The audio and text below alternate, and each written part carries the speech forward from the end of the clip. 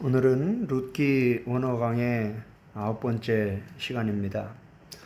오늘 우리는 룻기 1장 5절 말씀을 함께 합독했는데 제가 한 번 더 읽겠습니다. 말년과 기럨 두 사람이 다 죽고 그 여인은 두 아들과 남편의 뒤에 남았더라. 아멘. 오늘 이 본문을 가지고 와야무트 감 쉐네햄 이라는 제목으로 함께 말씀을 나누도록 하겠습니다. 한글로 하면 그리고 죽었다. 똑같이 두 사람도 이렇게 룻기 1장 5절은 히브리어로 기록이 되어 있습니다. 지지난주에 우리가 와야모트 엘리멜렉 하면서 그리고 죽었다 엘리멜렉이 하면서 이 와야모트에 대해서 이 죽음에 대해서 함께 말씀을 나눴습니다. 오늘 룻기 1장 5절에 보니까 똑같은 단어로 시작이 되고 있습니다. 와야모트가 두 번 반복이 되는 것을 우리가 보게 됩니다. 1장 3절에서는 엘리멜렉이 죽었습니다. 그리고 죽었다 엘리멜렉이. 1장 5절에 보니까 와야못 그리고 죽었다.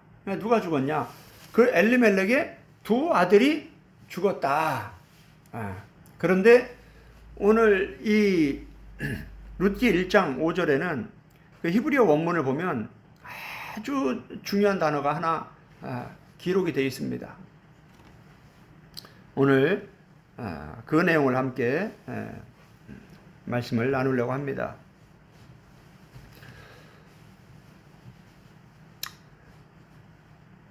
히브리어 1장 룻기 1장 5절 히브리어 성경은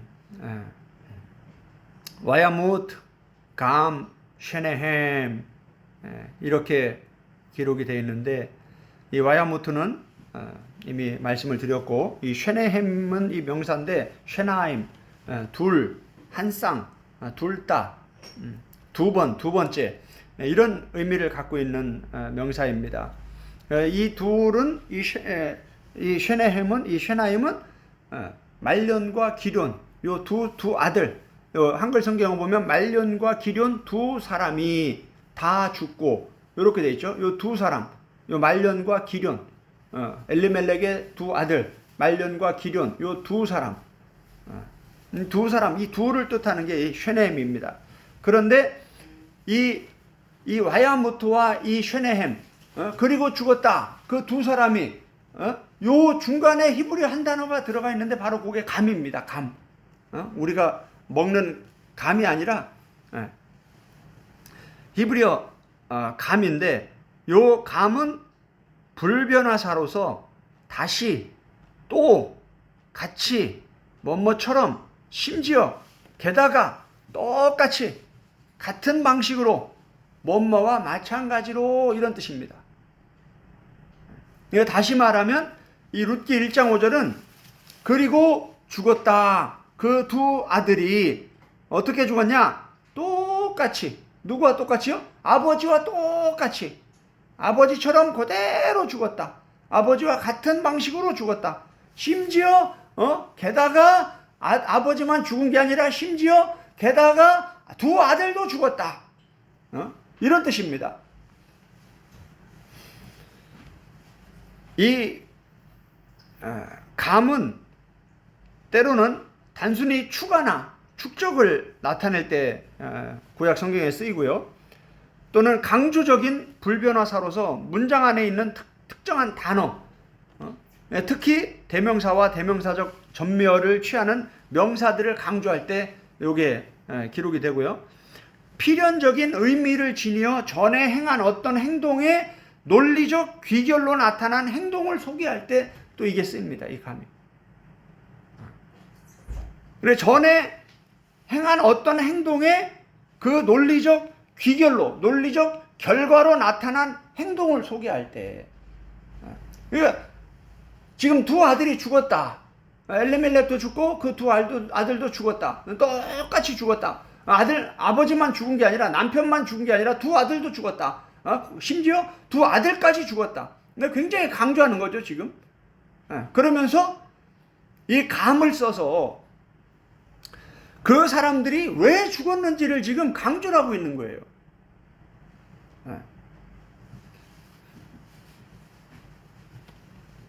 사사기 2장에 이 감이 기록되어 있습니다. 사사기 2장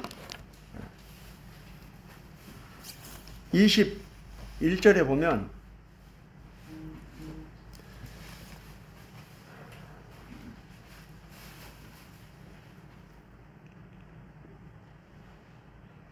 사사기 2장 21절은 감, 아니 이렇게 시작이 됩니다. 나도 그렇게 똑같이 너희가 그렇게 행한 것처럼 나도 그렇게 행할 것이다. 너희가 이렇게 했기 때문에 나도 이렇게 할 것이다. 이런 의미입니다. 한번 보세요. 한글 성경은 이렇게 기록되어 있습니다. 나도 여호수아가 죽을 때에 남겨둔 이방 민족들을 다시는 그들 앞에서 하나도 쫓아내지 아니하리니. 하나님의 백성들이, 하나님께서 구원하신 이스라엘 백성들이 하나님의 말씀에 순종하지 않으니까 하나님도 어떻게 하겠다는 거예요? 나도 너희들과 똑같이 너희들이 나한테 불순종하듯이 나도 너희들한테 그대로 그와 똑같이 그렇게 해주겠다라는 거예요. 그래서 이방 민족들을, 이 가나안 족속들을, 가나안 땅에 있는 이 다른 민족들을 너희에게서 쫓아내지 못하도록, 너희가 그들을 이기지 못하도록 그들을 그 땅 가운데 남겨둬서 그들이 너희의 가시가 되게 할 것이다.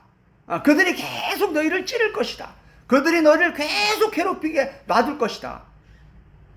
너희가 계속 내 말을 불순종해서 나를 괴롭게 하듯이 나도 그대로 너희를 괴롭게 할 것이다. 이렇게 하나님이 자신을 소개하고 계시는 거예요. 22절에 보니까 이는 왜 그러냐? 이스라엘이 그들의 조상들이 지킨 것 같이 나 여호와의 도를 지켜 행하나 아니하나 그들을 시험하려 함이라 하시니라. 여호와께서 그 이방 민족들을 머물러 두사 그들을 속히 쫓아내지 아니하였으며 여호수아의 손에 넘겨주지 아니하셨더라.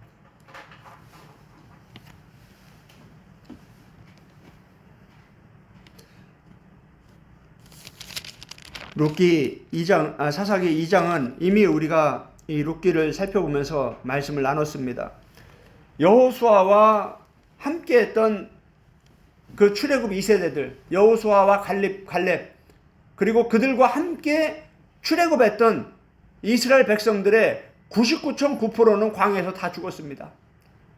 여호수아와 갈렙만 남고, 그리고 20세 이상의 어린아이들만 남았습니다.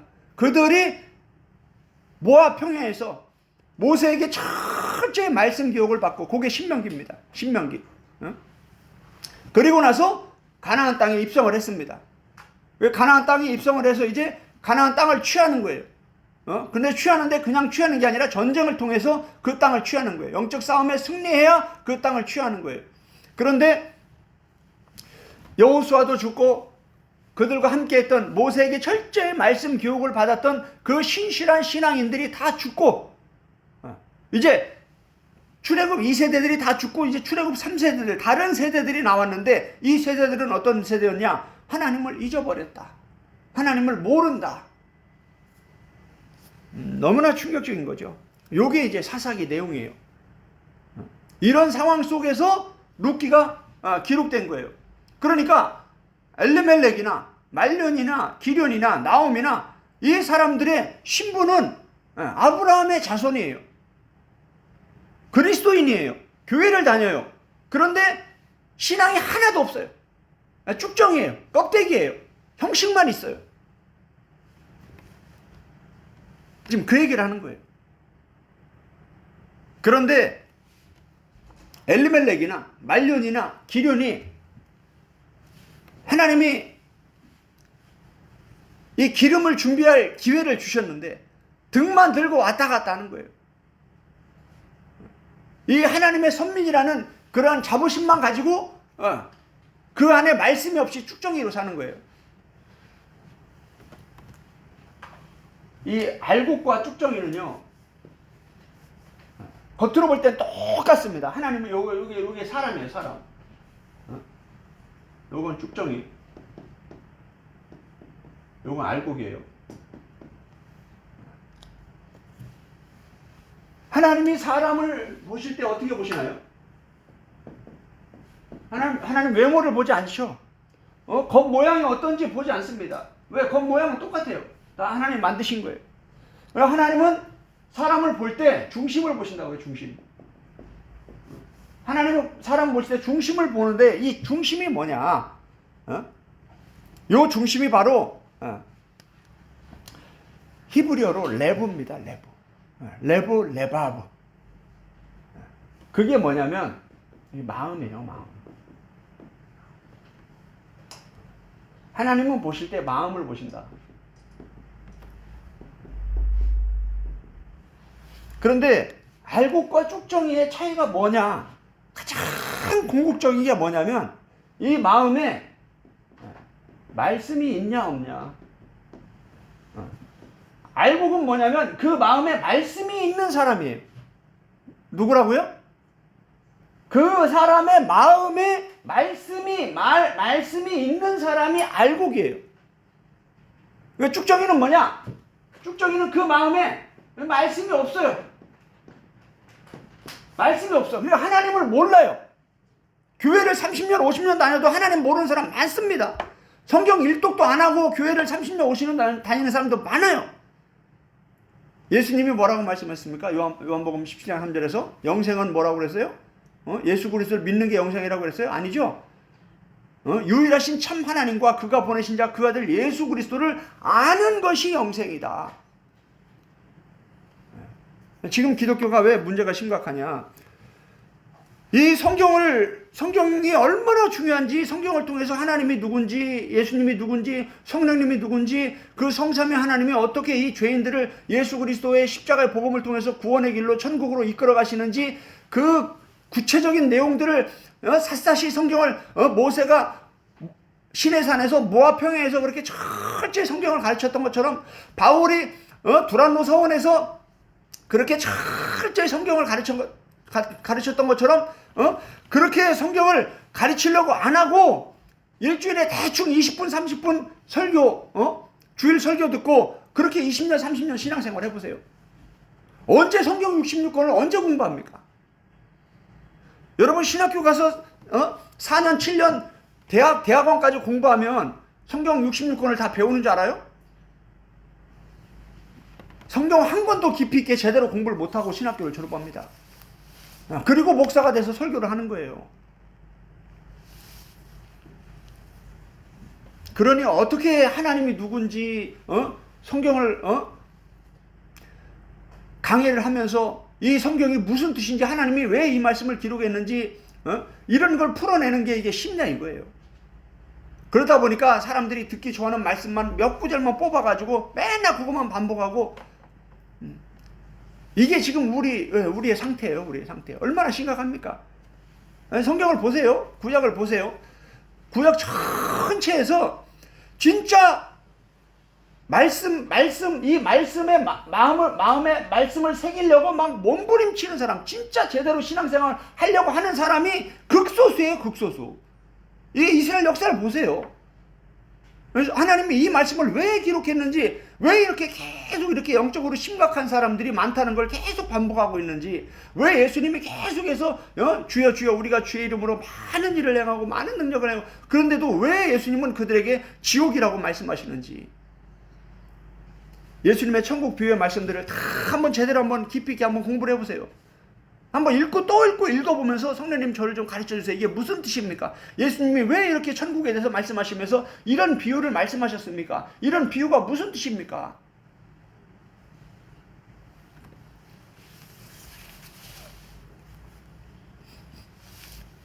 보세요. 사사기 2장에 10절에 그 세대의 사람도 다 그 조상들에게 돌아갔고 그 후에 일어난 다른 세대는 여호와를 알지 못하며, 이게 뭡니까? 쭉정이라는 거예요. 쭉정이.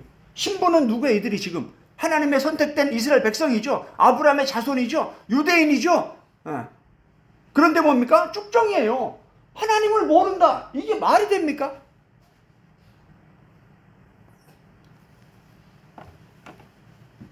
여호와께서 이스라엘을 위하여 행하신 일도 알지 못하더라. 하나님이 행하신 일들을 성경에 다 기록해 놓으셨어요. 하나님이. 그 성경을 안 읽으면 하나님이 무슨 일을 행하셨는지, 하나님이 어떤 분인지 몰라요. 대충 그냥 한글 영어로만 성경을 연구하면은 이 깊이 있는 말씀을, 이런 깊이, 오늘 본문도 보세요. 이 감이라는 단어 하나님이 그냥 쓴 게 아니에요. 이 감이라는 히브리어 단어 하나를 가지고 지금 얼마나 이 중요한 이 룻기의 메시지를 지금 전하고 있습니까? 하나님이.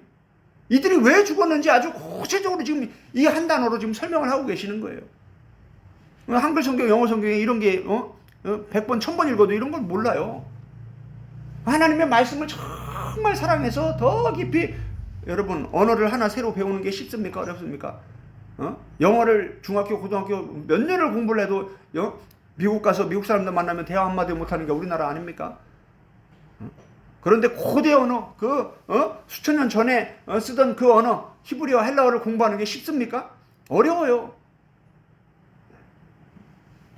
그러니까 뭐예요? 대충 그냥 한글, 영어 그냥 쉽게 볼 수 있는 그런 것만 보고 그냥 성경을 말씀을 나누는 거예요. 네? 그러면 그 수준까지밖에 못 들어가는 거예요. 그런데 더 말씀을 붙잡고, 히브리어, 헬라어 어렵지만 그 원어를 붙잡고 막 씨름하는 사람들은 더 풍성한 말씀의 은혜를 주시는 거예요. 더 깊은 비밀들을 하나님 깨닫게 해주시는 거예요.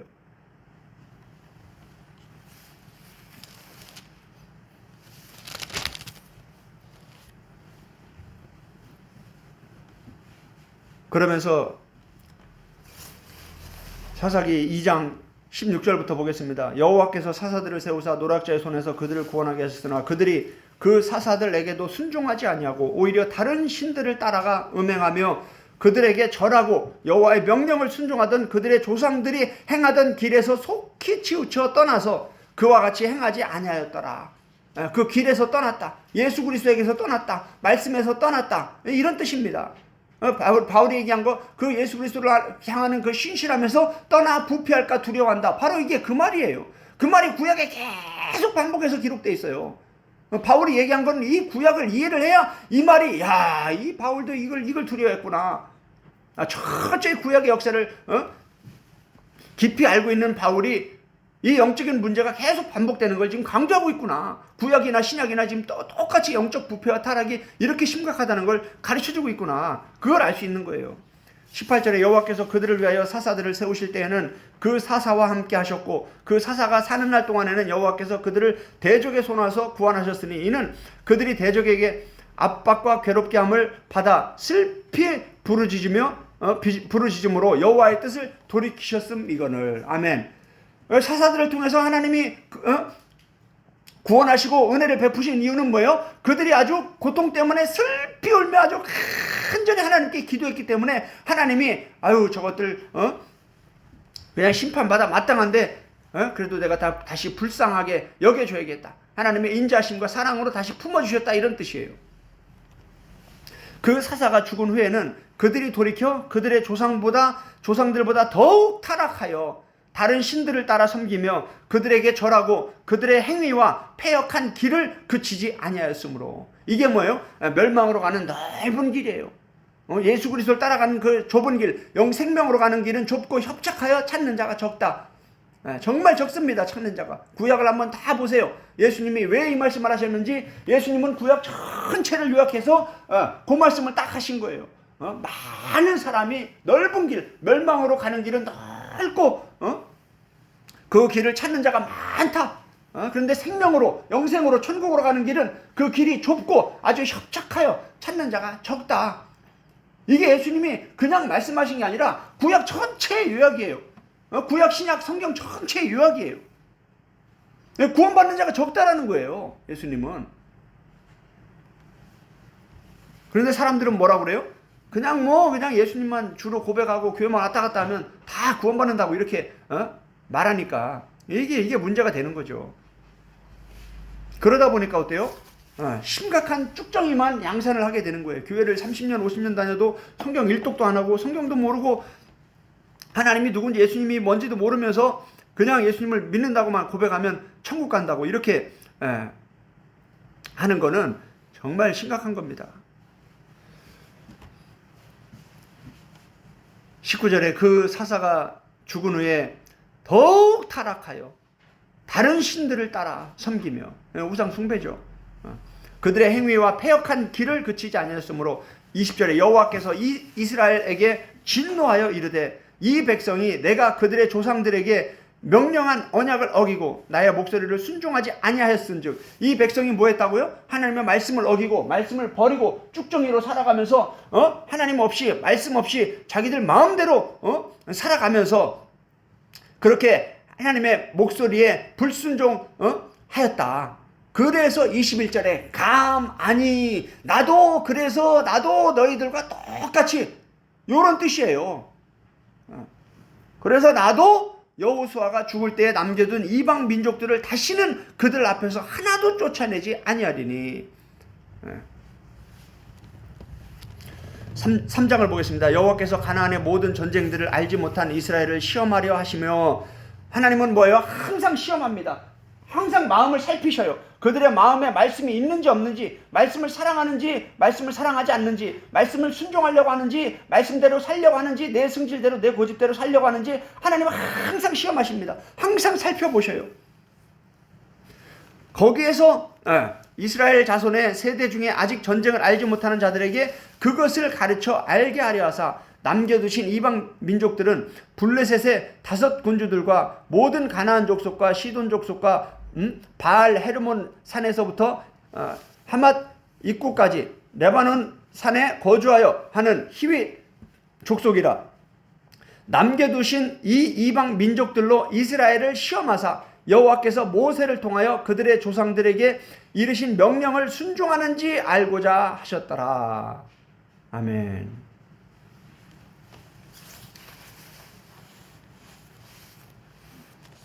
예레미야 4장을 보겠습니다. 예레미야 시대는 이미 사사기 시대를 한참 지나간 시대인데 똑같은 이스라엘 백성들을 향한 하나님의 메시지입니다. 예레미야 4장을 보겠습니다.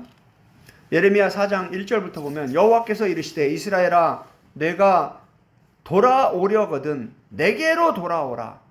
네가 만일 나의 목전에서 가증한 것을 버리고 네가 흔들리지 아니하며 진실과 정의와 공의로 여호와의 삶을 두고 맹세하면 나라들이 나로 말미암아 스스로 복을 빌며 나로 말미암아 자랑하리라. 여호와께서 유다와 예루살렘 사람에게 이와 같이 이르노라. 지금 하나님이 이스라엘 백성들에게 말씀하시는 거예요. 너희 묵은 땅을 갈고 가시덤불에 파종하지 말라.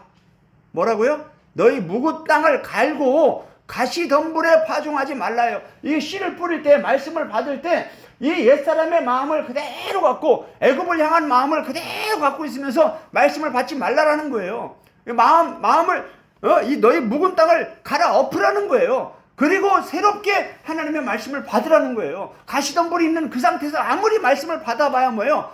못 자라는 거예요. 열매를 맺지 못하는 거예요. 세상의 근심 걱정, 세상의 그 애굽의 그 화려한 삶에 온통 마음을 향해 있으면서 아무리 말씀을 들어도 뭐예요? 그 말씀이 열매를 맺지 못하는 거예요. 그게 돌박 가시밭이 바로 그거예요. 가시덤불에 파종을 하지 말라는 거예요. 유다인과 예루살렘 주민들아, 너희는 스스로 할례를 행하여 너희 마음 가죽을 베고 나 여호와께 속하라. 입으로만 잘못했습니다, 하나님께 돌아오겠습니다, 회개하겠습니다, 그렇게 하지 말라는 거예요. 마음을 찢으라는 거예요. 이게 뭐예요? 묵은 땅을 갈아 엎는 거예요. 이게 진정한 회개예요. 그리하지 아니하면 너희 악행으로 말미암아 나의 분노가 불같이 일어나 사르리니 그것을 끌 자가 없으리라.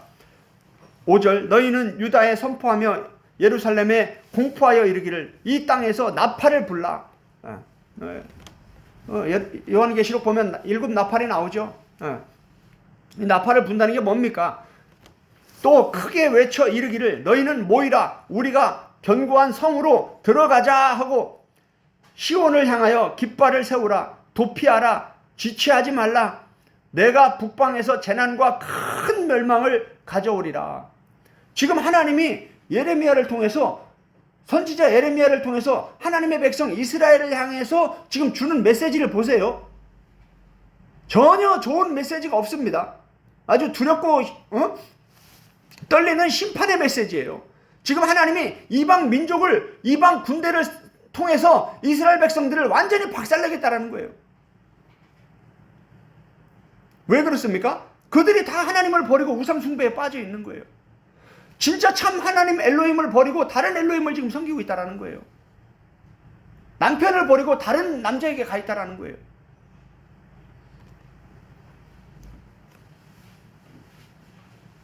사자가 그 수풀에서 올라오며 나라들을 멸하는 자가 나와 왔을 때 내 땅을 황폐하게 하려고 이미 그의 처소를 떠났은즉 내 성읍들이 황폐하여 주민이 없게 되리니 이로 말미암아 너희는 굵은 배를 두르고 애곡하라. 이는 여호와의 맹렬한 노가 아직 너희에게서 돌이키지 아니하였습니다. 여호와의 말씀이니라. 그날에 왕과 지도자들은 낙심할 것이며 제사장들은 놀랄 것이며 선지자들은 깜짝 놀라리라.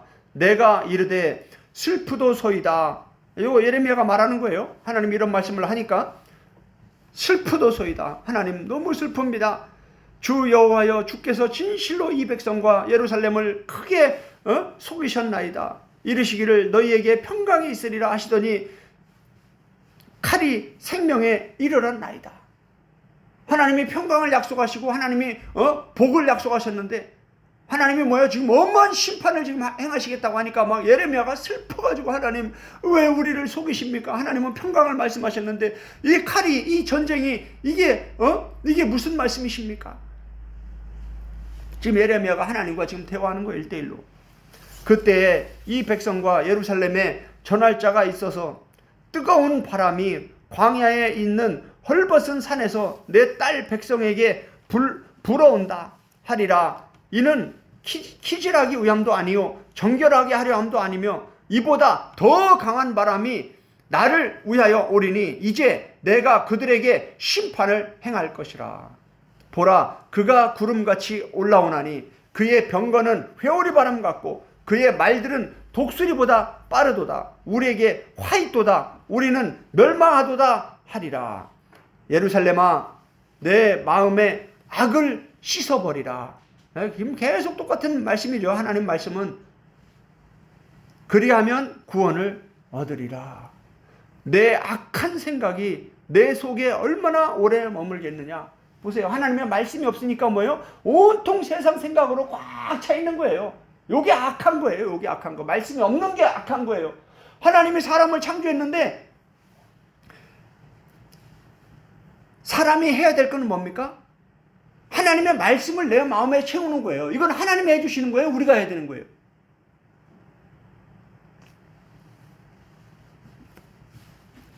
그래서 하나님이 그 책임을 우리에게 묻는 거예요. 쭉정이를 불사르는 게 하나님 책임이 아니에요. 하나님이 잘못한 게 아니다 이 말이에요. 하나님은 성경을 다 우리에게 주셨잖아요. 왜 성경을 안 읽은 건 누가 안 읽은 거예요? 하나님이 안 읽게 해주셔서 안 읽은 거예요? 아니죠.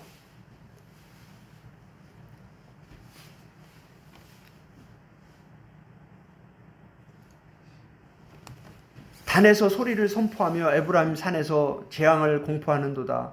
너희는 여러 나라에 전하며 또 예루살렘에 알리기를 애워싸고 치는 자들이 먼 땅에서부터 와서 유다 성읍들을 향하여 소리를 지른다 하라. 그들이 밭을 지키는 자같이 예루살렘을 애워싸나니 이는 그가 나를 거역했기 때문이라. 여호와의 말씀이니라. 내 길과 행위가 이 일들을 부르게 하였나니 이는 네가 악함이라. 그 고통이 내 마음까지 미치느니라.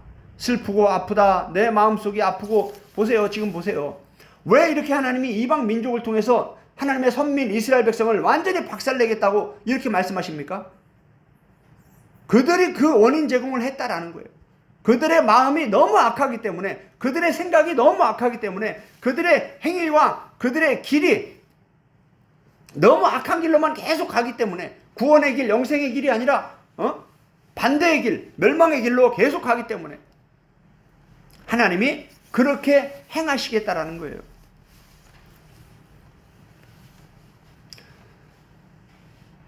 예레미야가 탄식을 합니다.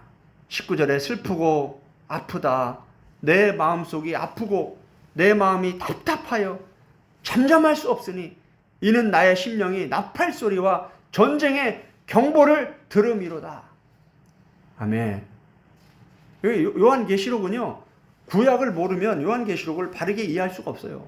요한계시록도 지금 똑같은 얘기입니다. 신약의 유일한 예언서가 요한계시록이에요. 요한계시록의 예언이 구약의 예언서를 이해를 해야 요한계시록의 예언에 이 예언서가 이게 풀어지는 거예요. 똑같은 얘기를 하는 거예요. 지금 구약이나 신약이나 이 구원에 관해서 하나님이 똑같이 경고하고 계시는 거예요. 7 교회를 향해서 하나님이 예수님이 얼마나 엄하게 교회들을 책망하시는지 한번 보세요. 똑같은 얘기예요. 지금 구약이나 신약이나 이스라엘 백성이나 교회나 신앙이 바른 신앙을 갖는 사람이 많지 않다라는 거예요.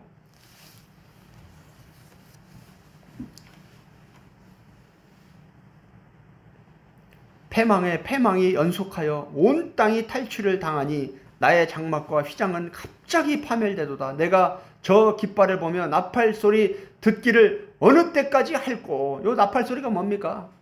아까 얘기한 거죠. 잠잠할 수 없다. 나의 심령이 이 나팔 소리와 전쟁의 경보를 들읍니다. 하나님의 심판이 지금 임하고 있다라는 거예요. 요 심판에 대한 예언의 말씀이에요. 그게 뭐예요? 기름을 준비하라고. 아직 기회가 있을 때 죽기 전에 와야무트 죽기 전에, 그리고 죽었다 하면 끝나는 거예요. 죽었다 하면 더 이상 기회가 없는 거예요. 죽기 전에 아직 기회 있을 때 기름을 준비하라는 거예요.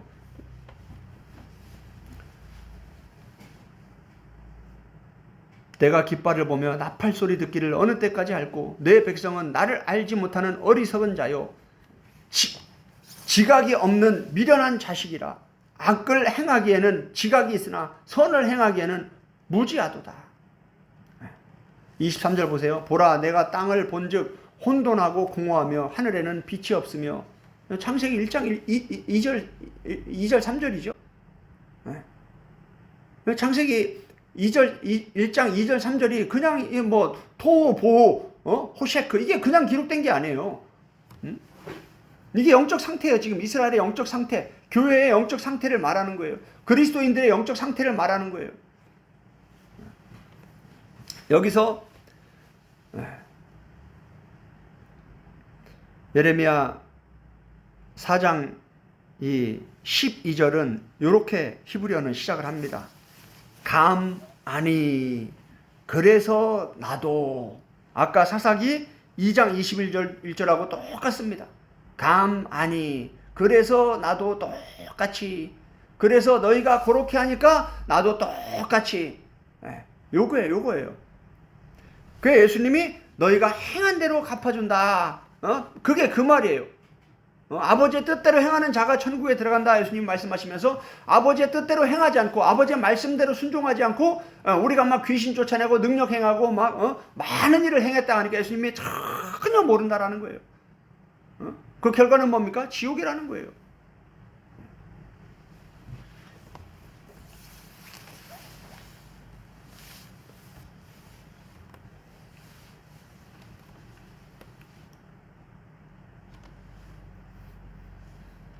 너희가 그렇게 하나님을 버리고 우상 숭배에 빠져서 마음에 악한 것이 가득하여 악한 생각으로 그렇게 끝없이 하나님을 배신하고 배반하고 하나님을 등지고 호세아처럼 그렇게 결혼하고 나서 남편을 버리고 다른 남자에게 가 있는 그 고매를 보면서 호세아가 얼마나 속이 썩었겠느냐. 그게 바로 내 마음이다. 그래서 나도 그렇게 너희들이 그렇게 불순종하고 악을 행하는 것처럼 그렇게 똑같이 나도 더 강한 바람을 내가 불러와서 너희들을 심판할 것이다. 그런데 예레미야 전체를 한번 보세요. 예레미야 전체를 보면 예레미야와 많은 거짓 선지자, 다시 말하면 참 선지자 예레미야 한 사람과 많은 거짓 선지자, 이게 나옵니다. 하나님이 나오고 선지자들이 두 부류로 나옵니다. 참 선지자는 예레미야 한 사람이에요. 참 선지자. 다른 거짓 선지자들이 아주 많습니다. 그 시대에. 그리고 이스라엘 백성들이 많이 있어요. 근데 이 많은 이 다수의 이 이스라엘 백성들은 하나님과 참 선지자 예레미야가 말하는 그 심판의 경고, 죄를 회개하라는 그 경고, 이 죄를 회개하라는 이 심판의 경고, 이 말씀을 안 듣습니다. 참 놀랍죠? 99%가 안 들어요. 하나님의 말씀을. 안 들어요. 그리고 이들이 이 거짓 선지자와 이 이스라엘 백성이 하나가 돼가지고 뭐예요? 하나님의 말씀, 지금 그들의 영적 상태가 심각하다고 하나님이 경고하면서 너희들이 회개하라고, 마음을 찢어야 된다고, 너희가 진짜 제대로 된 회개를 해야 산다고 하나님이 살 길을 가르쳐 주시는데 그 삶의 복음을 안 들어요. 예레미야를 공부하면요, 참 정말 놀랍습니다. 호세아를 한번 공부해 보세요. 놀라워요. 그런 말씀들을 제대로 공부를 하고 마태복음을 공부하고 요한복음을 공부하고 요한계시록을 공부하고 로마서를 공부해야 신약이 풀어지지. 모세오경도 제대로 공부를 안 하고 사복음서를 얘기하면 사복음서가 풀어집니까? 예수님이 말씀한 거, 바울이 얘기한 거, 베드로가 얘기한 거, 요한이 얘기한 거 다 구약을 기초를 하고 구약을 가지고 연결해서 신약을 얘기한 건데 구약의 기초 없이 신약의 복음을 어떻게 풀어냅니까? 그게 다 내가 복음이 되는 거죠.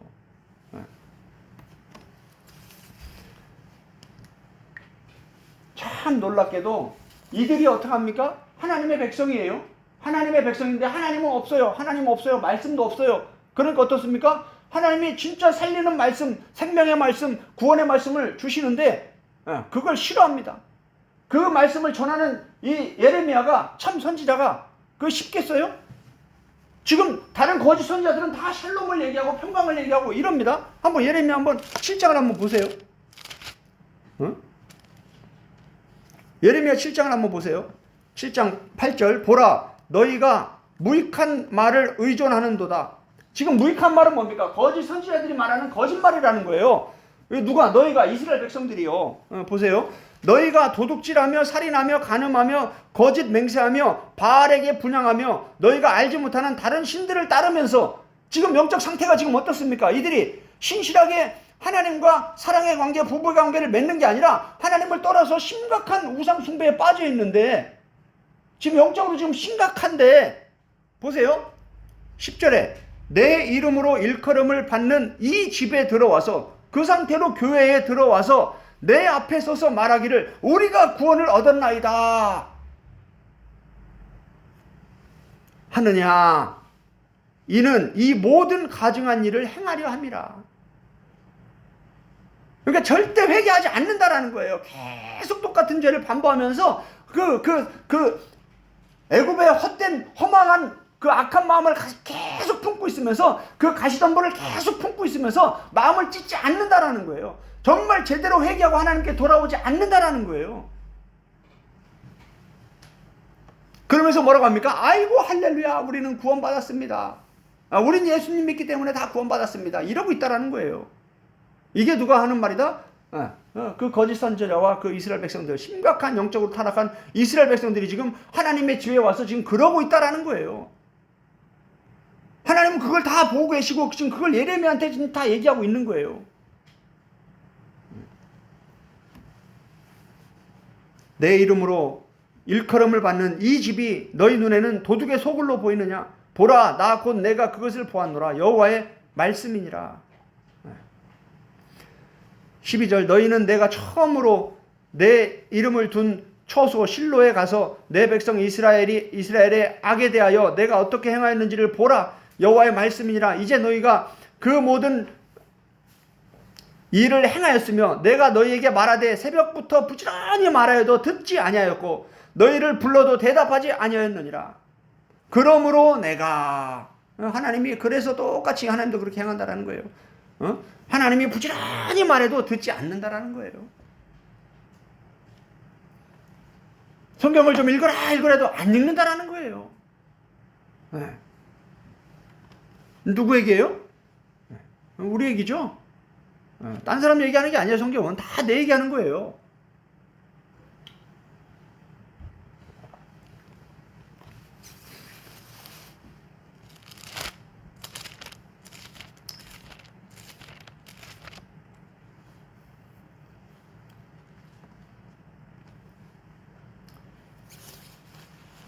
예레미야 23장을 한번 보세요. 예레미야 23장 16절에 보면 만군의 여호와께서 이와 같이 말씀하시되 너희에게 예언하는 선지자의 말을 듣지 말라. 너희에게 말하는 선지자의 말을 듣지 말라. 하나님은 계속 들으라 들으라 말씀하십니다. 그런데 뭐예요? 듣지 말라라는 거예요. 왜? 그들이 참 하나님의 말씀을 전하는 게 아니라 거짓으로 사람들이 듣기 좋아하는 말만 하고 있다라는 거예요. 왜? 뭐 하려고? 사람들의 마음을 끌어서 자기들이 먹고 살려고. 보세요. 그들은 너희에게 헛된 것을 가르치나니 그들이 말한 묵시는 자기 마음으로부터 말미암은 것이요 여호와의 입에서 나온 것이 아니다. 하나님이 말씀한 것을 지금 말하는 사람은 예레미야밖에 없어요. 이 시대에.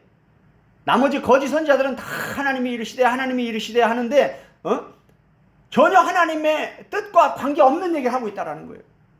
그들의 영적 상태에 맞는 말씀을 줘야 되는데 그들의 지금 영적 상태는 심각하게 타락했는데 계속해서 꿀을 주고 사탕을 주고 단 걸 주고 있다는 거예요. 초콜릿을 주고 있다는 거예요.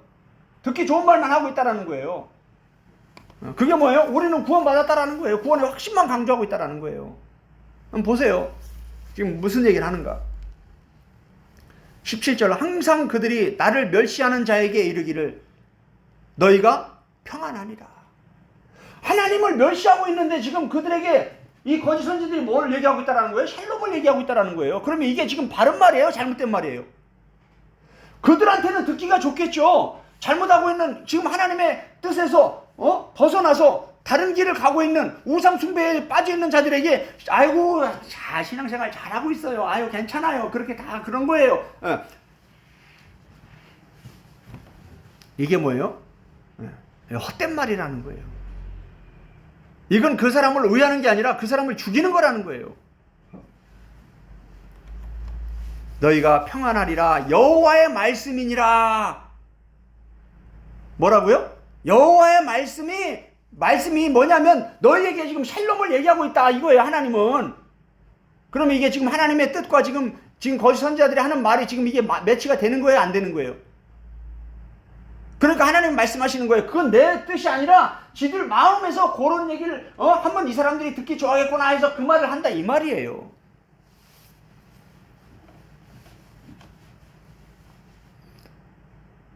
항상 그냥 한두 번 실수로 하나님을 멸시하고 하나님을 배반하고 거역하는 게 아니에요.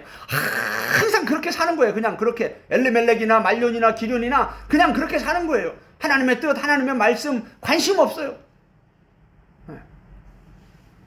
왜 자기들 원하는 대로 사는 거예요. 내 마음대로 내 승질대로 사는 거예요. 항상 그들이 나를 멸시하는 자에게 이르기를 너희가 평안하리라 여호와의 말씀이니라. 또 자기 마음이 완악한 대로 행하는 모든 사람에게 이르기를 재앙이 너희에게 임하지 아니하리라. 하나님은 지금 심판을 얘기하고 있잖아요. 그죠? 예레미야 시작부터 지금 가마가 지금 북에서 기울어서 지금 쏟아질 거다 지금. 대접 재앙을 지금 얘기하고 있잖아요. 요한계시록 보면. 이게 똑같은 얘기잖아요 지금. 심판을 얘기하고 심판을 경고하고 있잖아요. 성경 마지막 책에서. 그런데 지금 거짓 선지자는 뭐라고 한다고요? 재앙이 임하지 않을 거다. 심판이 임하지 않을 거다. 아수르가 지금 쳐들어오지 않을 거다. 우리는 샬롬이다. 평강이다. 좋다. 아무 문제 없다. 21절 보겠습니다. 이 선지자들은 내가 보내지 아니하였어도 다름질하며 내가 그들에게 이르지 아니하였어도 예언하였은즉 그들이 만일 나의 회의에 참여했더라면 내 백성에게 내 말을 들려서 그들을 악한 길과 악한 행위에서 돌이키게 하였으리라. 아멘. 회개하게 해서 다른 길을 가게, 정말 영생의 길, 예수 그리스도를 따라가는 그 길, 성령을 따라 행하는 그 길을 가게 해야 되는데 뭐예요? 그렇게 안 한다라는 거예요. 왜? 그게 어렵거든요. 그게 사람들이 안 좋아하거든요. 사람들이 그런 말은 안 들어요.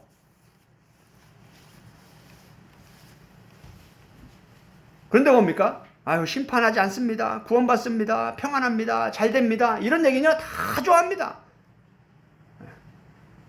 저도 설교에 그런 내용, 그런 성경 본문을 끌어다가 사람들이 듣기 좋아하는 설교를 하면요, 유튜브에서 조회수가 수천, 수만, 금방 만 번 이상 조회수가 늘어날 겁니다.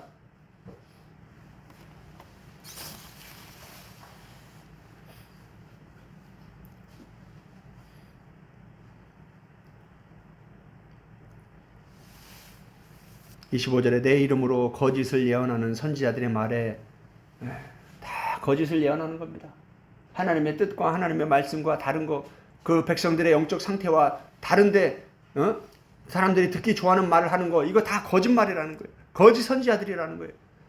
마태복음 7장에서 예수님이 그 많은 사람들이 주여 주여 우리가 주의 이름으로 많은 것을 행했다고 하면서 그 앞에서 뭐라고 합니까? 거짓 선지자들을 삼가라. 거짓 선지자들을 삼가라.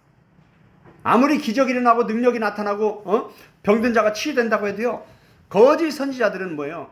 하나님의 뜻하고는 관계가 없어요. 어떻게 하면 사람들의 마음을 사로잡아서 나에게 영적 유익을 취할까? 물리적 경제적 이익을 취할까? 그 바울이나 베드로나 똑같습니다. 이 거짓 선지자들에서 설명하는 걸 보면 다 이 돈하고 연결되어 있어요. 어떻게 하면 헌금을 더 많이 뜯어낼까? 그게 핵심이에요. 그게 핵심. 자기 배를 불리는 거.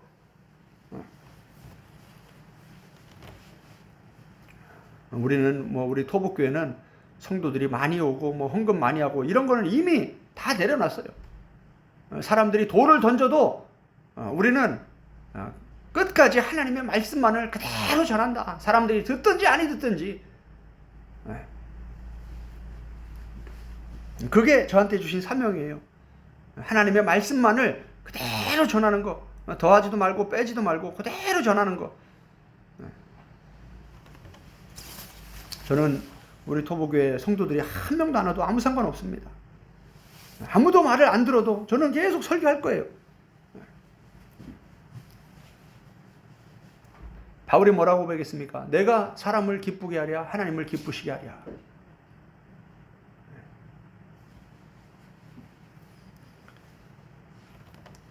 성경 전체를 보면 그대로 나눠집니다. 원리가 그대로 드러나요. 룻기로 다시 돌아옵니다. 지금 룻기 서두에서 엘리멜렉, 말련, 기럨, 나오미, 이 이스라엘 백성들이 등장을 하는데 이들의 영적 상태가 얼마나 심각한지 지금 하나님은 뭐예요? 그냥 읽으면은 모를 거예요, 이런 내용들이. 그런데 히브리 원문을 통해서 이렇게 하나님이 왜 저렇게 저런 말씀을 가지고 이렇게 기록했나, 이렇게 하나님의 뜻, 하나님의 의도, 하나님의 목적, 성경 원저자가 왜 저렇게 성경을 기록하고 계시나, 이걸 성령님 나를 좀 도와주세요 하면서 묵상하고 깊이 연구하다 보면 이게 보이는 거예요, 이게. 지금 하나님은 지금 이스라엘 백성들의 지금 심각한 영적 상태를 드러내고 있구나. 그런데 그런 상황 속에서 룻이 나오는 거예요. 이방인 룻이 나오는 거예요. 이방인 룻이 오히려 이스라엘 백성들보다 신앙이 더 좋아요. 할렐루야. 지금 그 얘기를 하고 있는 거예요. 이게 로마서 전체 핵심이에요. 하나님이 원가지도 하나님이 다 찍어버리셨는데 하물며 이방인 너희들일까 보냐. 너희들도 하나님 앞에 찍히지 않으려면 꼭 붙잡고 있어라. 끝까지 붙잡고 있어라. 신앙을 떠나고 부패하고 타락하고 우상숭배에 빠지지 말고 끝까지 바른 신앙을 붙잡고 있어라. 이게 로마서예요, 로마서.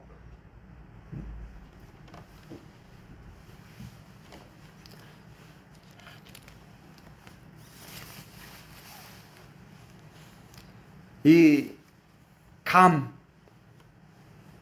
와야무트 셰네헴, 그리고 죽었다. 그 두 아들이 그 사이에 요 감을 집어넣었어요, 하나님이.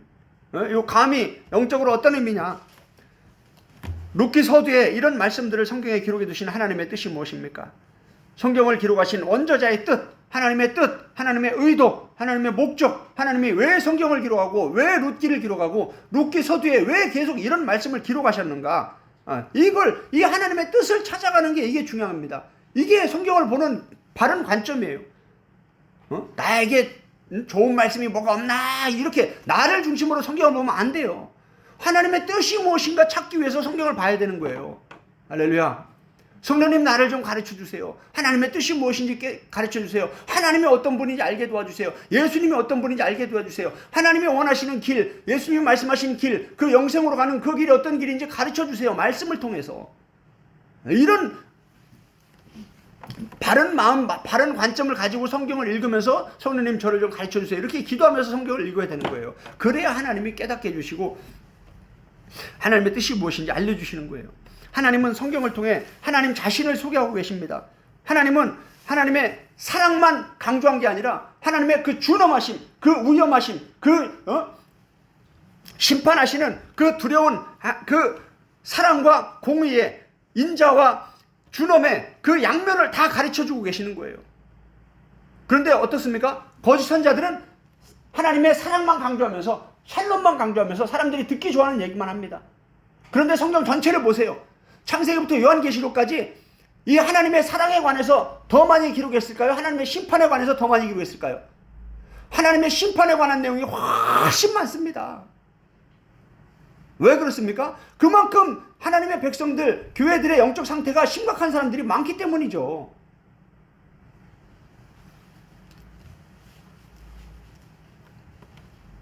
그럼 지금 이 시대는 어떻습니까?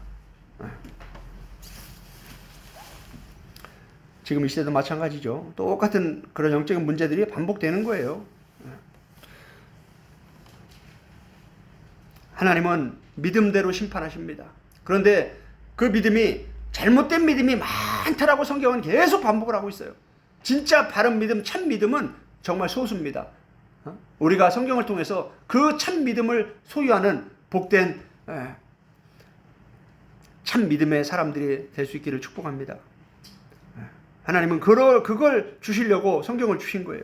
예수님을 주신 거예요. 하나님께서 성경을 기록하신 목적이 무엇입니까? 디모데서 3장 15절 성경은 너로 하여금 예수 그리스도 안에 있는 믿음으로 말미암아 구원에 이르는 뭐가 있게 한다? 지혜가 있게 한다. 할렐루야. 성경은 지혜를 주는 거예요. 믿음도 중요하지만 믿음보다 더 중요한 지혜를 주는 거예요. 그 믿음이 진짜인지 가짜인지 분별하는 건 지혜입니다. 잠언 1장을 보세요. 지혜가 너희를 부르지 않느냐. 지혜가 하면서 가르쳐 주는 거예요. 많은 사람이 미혹돼서 멸망의 일로 가고 있다. 너는 내 말을 듣고 나를 따라와라. 그 지혜가 누굽니까? 예수 그리스도예요. 그게 하나님이에요. 하나님의 지혜 되시는 예수 그리스도. 고린도서 1장 24절에 보면 뭐라고 되어 있습니까? 예수 그리스도는 하나님의 지혜요 하나님의 능력이다.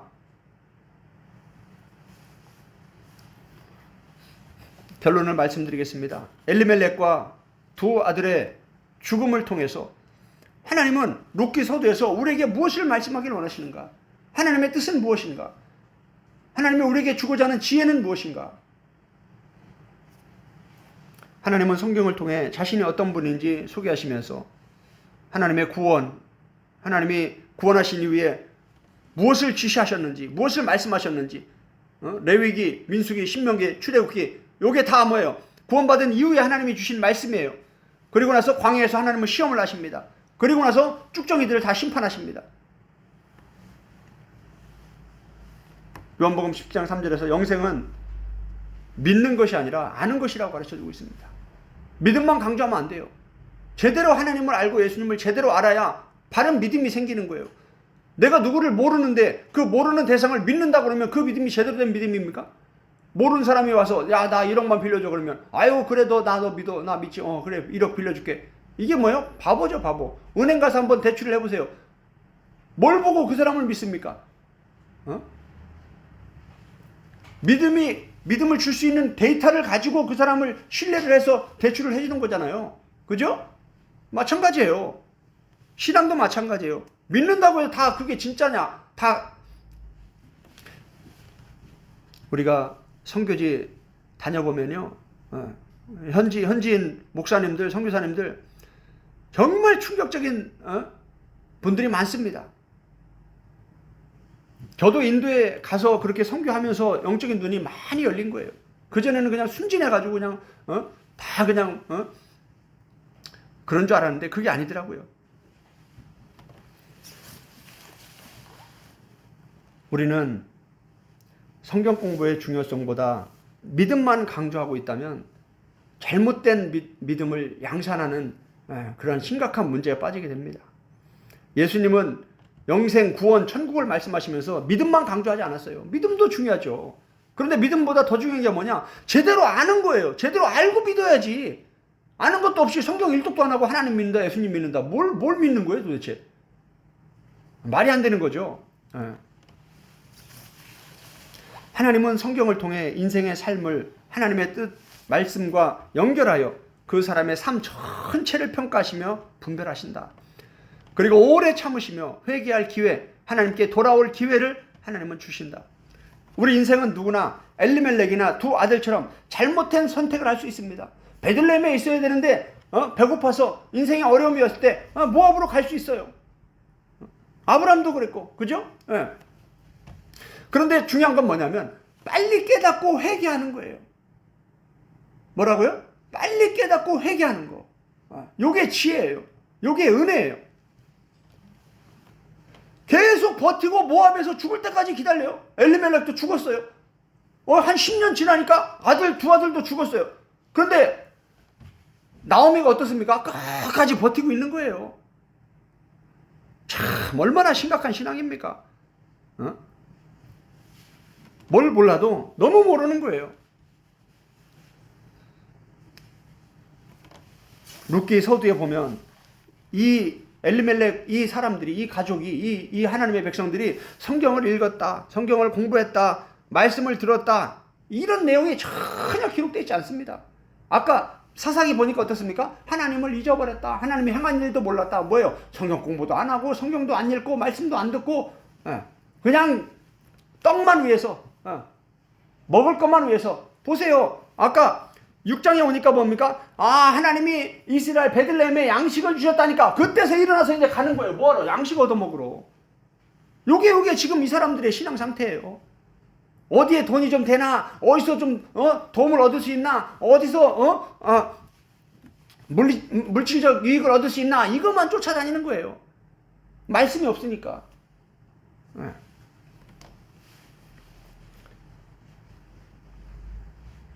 베들레헴을 떠나 모압으로 갔다면 빨리 깨닫고 입술에 고백만 하는 게 아니라 행동으로 마음을 찢고 참된 회개를 하고 하나님께 돌아와야 되는 거예요. 돌아오는 게 뭡니까? 예루살렘, 베들레헴으로 다시 돌아오는 거예요. 모압을 떠나는 거예요. 할렐루야. 그 길에서 벌떡 일어나서 다시 원래 자리로 와야 되는 거예요. 이게 회개예요. 아까 계속해서 돌아오라 이게 슈브입니다. 슈브, 히브리어로 슈브. 신약에서 예수님이 회개하라 천국에 가까웠느니라 예수님이 처음 말씀하신 게 요 슈브예요. 슈브. 히브리어로는, 헬라어로는 메타노예요. 메타노가 뭡니까? 입술로 죄 지었습니다, 아이고 용서해 주세요, 이게 아니에요. 마음을 바꾸는 거예요. 우상으로 향해 있던, 애굽으로 향해 있던 마음을 이걸 바꿔서 하나님께로, 예수님께로, 성경으로, 말씀으로 돌아오는 거예요. 이게 회개예요. 이게 메타노예요. 한번 마태복음 3장 한번 보세요.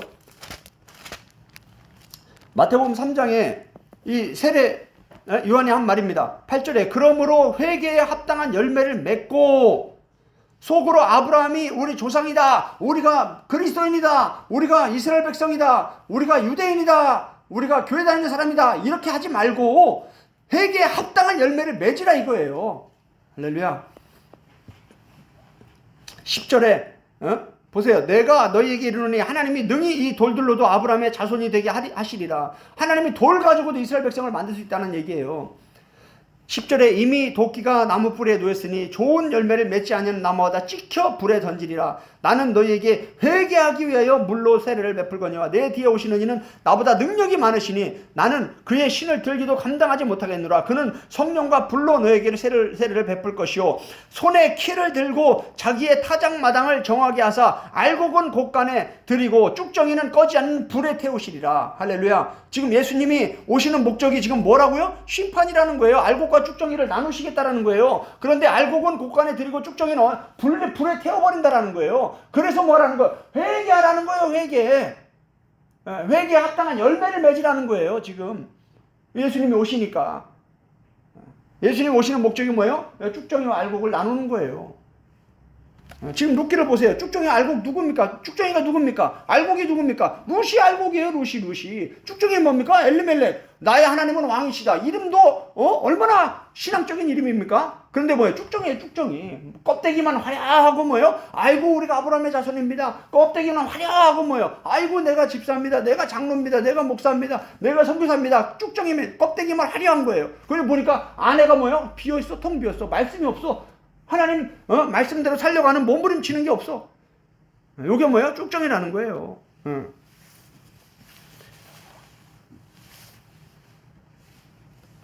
여기서 이 열매, 회개에 합당한 열매, 요 카르포스가, 요 열매가 굉장히 중요합니다. 예수님의 천국 비유가 계속 열매를 얘기하고 있어요.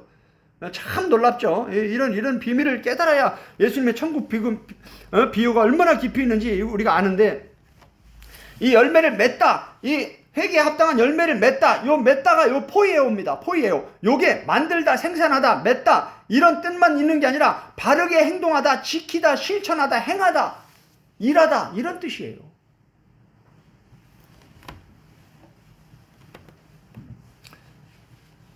그러니까 회개하라, 회개에 합당한 열매를 맺으라. 이건 무슨 말이냐면, 아이고 하나님 내가 잘못했습니다. 내가 죄졌습니다. 이렇게 입술로만 고백하는 게 아니라는 거예요. 완전히 마음을 찢고 애굽에서 가나안으로 돌아서라는 거예요. 모압에서 벌떡 일어나서 다시 베들레헴으로 돌아오라는 거예요. 요게 회개라는 거예요. 요게 하나님이 돌아오라 슈브 말씀하신 게 요거예요.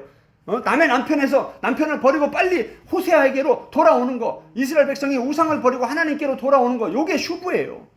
행동이 수반이 되는 거, 요게 슈브예요. 그래서 하나님이 감을 얘기하는 게, 너희가 그렇게 행하면 나도 그렇게 은혜를 베풀고, 너희가 그렇게 순종하면, 회개하면 나도 은혜를 베풀고, 너희가 계속 불순종하면 나도 그대로 심판하겠다. 요게 감이에요. 그러니까 지금 룻기 1장 5절에서 뭐예요? 두 아들이 왜 죽었냐? 요 감으로 죽은 거예요. 똑같이 그대로 죽은 거예요. 아버지가 불순종한 그대로, 믿음 없이 쭉정이로 죽은 그대로 그 두 아들도 죽었다. 지금 그 얘기를 하고 계시는 거예요, 하나님은. 그럼 뭡니까? 하나님도 그대로 심판하시는 거예요. 하나님은 성경을 통해 인생의 죽음과 그 후에 있을 심판에 관해 가르쳐 주시며 지혜를 강조하고 계십니다. 그러나 우리는 지혜보다 믿음만 강조하다 보니 얼마나 심각합니까? 믿음이 참인지 거짓인지 분별하는 지혜의 중요성, 영들을 분별하는 이 영분별법에 대해서 가르쳐주지 않습니다. 저도 인도에서 제일 힘들었던 게 이거예요. 영분별. 도대체 이 사람들은 다 예수님을 믿는다고 하는데 그 안에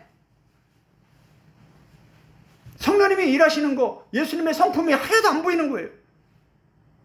말만 하면은 거짓말이고, 말만 하면은 협박이고, 말만 하면은 사기고, 그런데 모이면은 할렐루야, 기도드리고 예배드리고 찬양하고, 얼마나 신실하게 보이는지 모릅니다.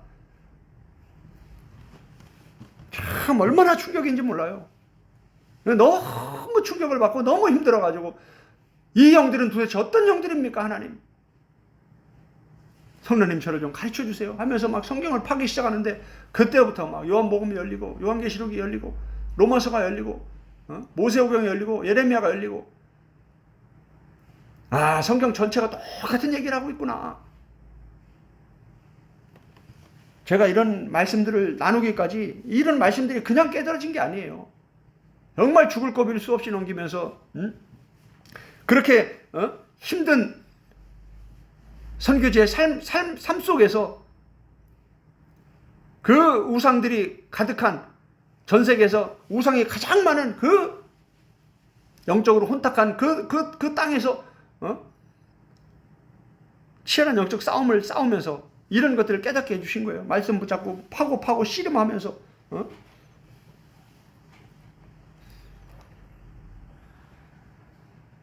저도 신학 공부를 하고 선교단체 여러 단체에서 훈련받고 했지만 어디서도 이 영분별법에 대해서 가르쳐주는 데가 없더라고요. 참 놀랍죠.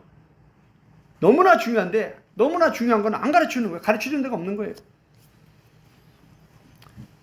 룻기 서두에 기록된 엘리멜렉과 두 아들의 죽음, 베들레헴에 있어야 할 이 사람들이 베들레헴을 떠나 모압에 있다가 죽었다 그리고 끝났다. 그 인생들은. 이 말씀을 통해서 하나님은 오늘 나에게 무엇을 말씀하기를 원하시는가? 성령님과 1대1의 깊은 기도 가운데로 나아가기 원합니다. 들은 말씀을 생각하며 함께 기도하도록 하겠습니다.